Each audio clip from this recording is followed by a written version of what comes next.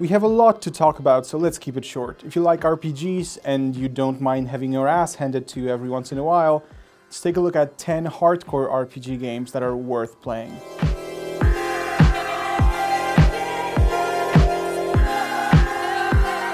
Darkest Dungeon is a hellishly difficult RPG game in which we take command over a group of adventurers exploring grim dungeons full of nightmares. The game has a brilliant art style and interesting turn-based combat system that focuses on tweaking your hero's formations. This game stands out from others because of the deep focus on the psychological aspect.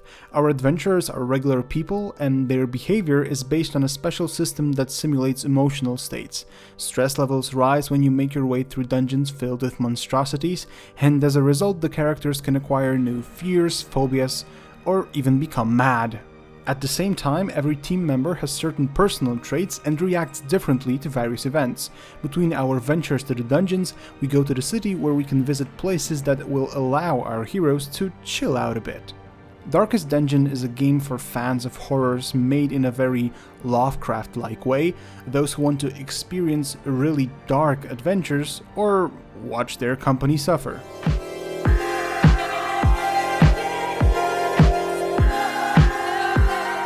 Fans of old RPG games surely remember Darklands, a cult game from 1992.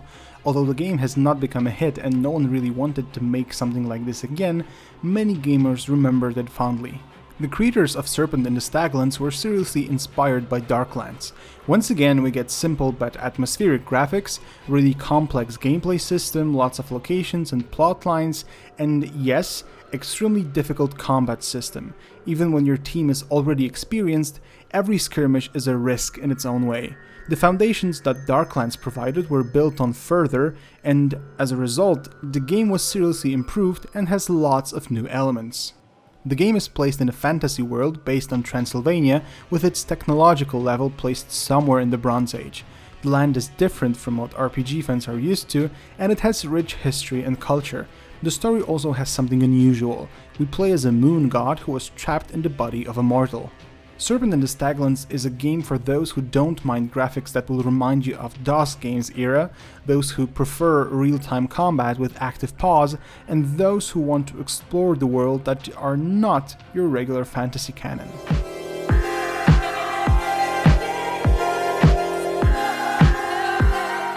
The first Legend of GRIMROCK was somewhat of a paradox.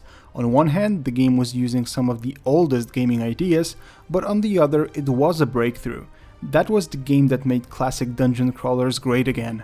However, the game was pretty short and not too extensive, and that's where the sequel comes to aid. The basic idea remained the same. There is a band of heroes, first-person perspective, real-time combat, and turning by only 90 degrees. The gameplay doesn't keep us in the underground all the time. This time around, we get a massive open world on the surface. The game is much longer and the campaign is more varied in terms of challenges. And yeah, it's more difficult than the first game. Legend of GRIMROCK 2 is for those who want to take part in an adventure in the style of Dungeon Master, but don't want to take too much old school in their backpack.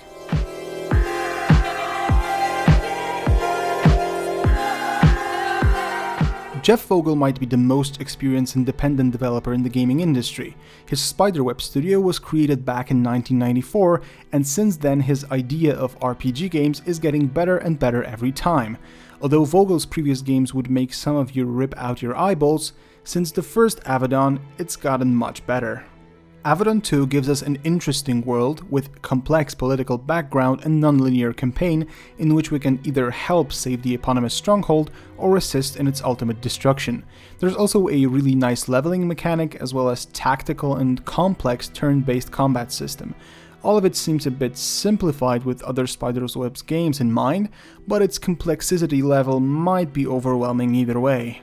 And then the game offers 4 difficulty levels. Casual might be acceptable for regular gamers, but then there's normal that is really challenging even to experienced players. Then there's also hard, but the one called Torment is where you, hardcore RPG fans, will want to try your best. This difficulty level requires you to perfectly know all the game mechanics and at the same time use everything that might give you even a slightest advantage. And no, the game is not stupidly unfair, and most of the time you can actually pinpoint where you made a mistake that resulted in a failure. AVADON 2 The Corruption is for those who want a non-linear campaign that influences the lives of everyone in the land, those who like tactical turn-based combat, and those of you who have enough patience to master every game mechanic there is.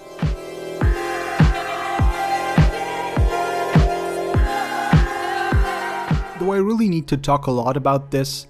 These are the RPGs that launched a recent trend in the gaming industry for hellishly difficult games. It was really difficult to pinpoint the one that should appear in this list, so instead I put the whole series here. All the games provide really grim and at the same time really well created game world with fascinating story, amazing enemies design, and a combat system that focuses on precise attacks and perfect timing instead of mashing your gamepad or keyboard. Getting a hang of the combat system is difficult and requires many deaths before you finally master it. The Souls series is for those who want a masterfully crafted combat system, those who want to discover the story on their own with only clues scattered all around, and for those of you who will not crush your gamepad when you die for the 137th time when fighting the same boss.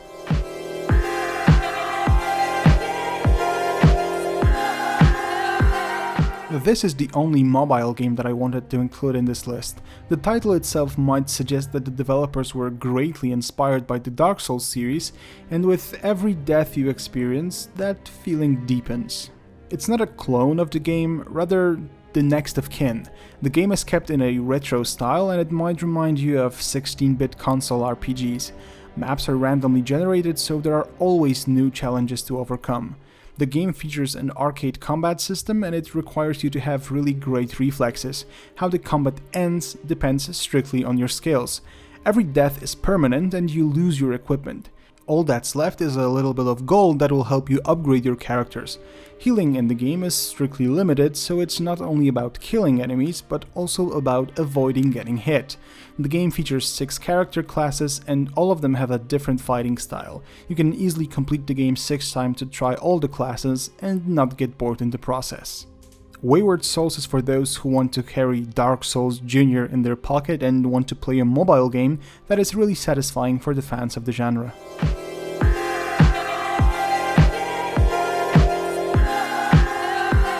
Age of Decadence was branded as the Duke Nukem Forever of RPGs for a long time.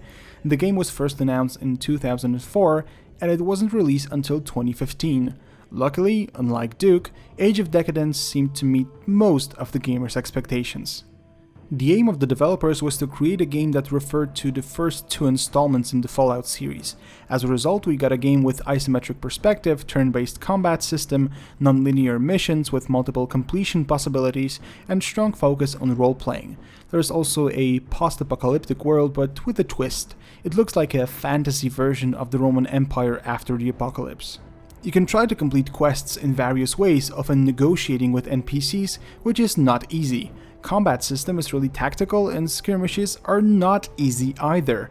On higher difficulty level you might actually want to get through various situations without any violence. Age of Decadence is for those who get goosebumps when they hear Fallout in ancient Rome, those who want a game where you don't need to fight to complete a quest, but if it comes to that, you want it to keep you at the edge of your seat.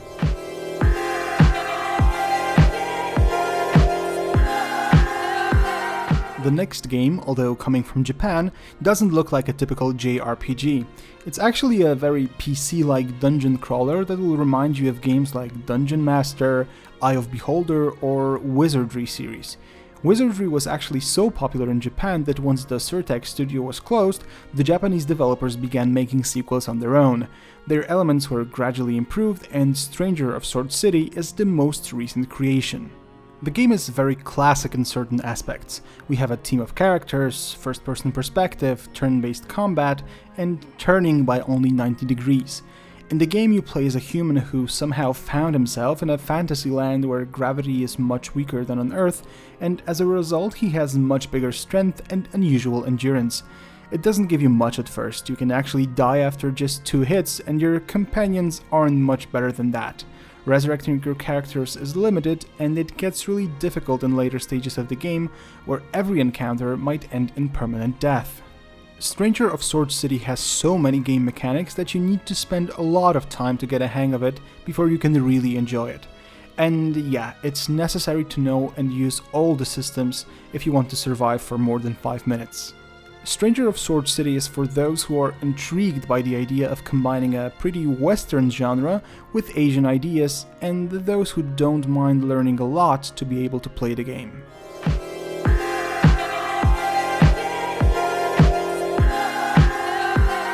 Let's leave PC games for a moment and take a look at handhelds. You might know SHIN MEGAMI Tensei thanks to the Persona series, but it was actually made as the easier and less complex side production that is supposed to get you prepared for meeting the more hardcore series. SHIN MEGAMI Tensei 4 is the most recent release in the series, and it can break even the best of us. Contrary to Persona, where the main focus is on the story, SHIN MEGAMI Tensei 4 focuses on catching demons that we then use during turn-based skirmishes. Looks like some kind of twisted version of Pokemon, right? This element is really complex, and it's a lot of fun to look for new types of demons, upgrade the ones that you already have, or combine some of the weaker ones into a stronger fighter. Exploring the game world is in full 3D with camera behind the character's back, but combat is in traditional first-person perspective. The game is really difficult, even on normal. Even if you're a hardcore player, playing on hard might be too much for you. And then there's the way the game makes fun of your failures.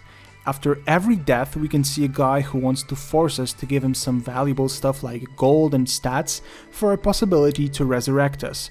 What's worse, he doesn't always keep his end of the bargain.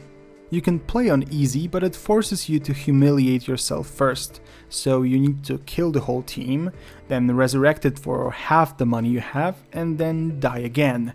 The developer's attitude is summed up well by the comment of one of the developers, that the team runs on the player's tears. SHIN MEGAMI Tensei 4 is for those who want a more twisted version of Pokemon, those who feel that Persona is too easy, and those who will manage to keep their 3DS intact despite high levels of frustration.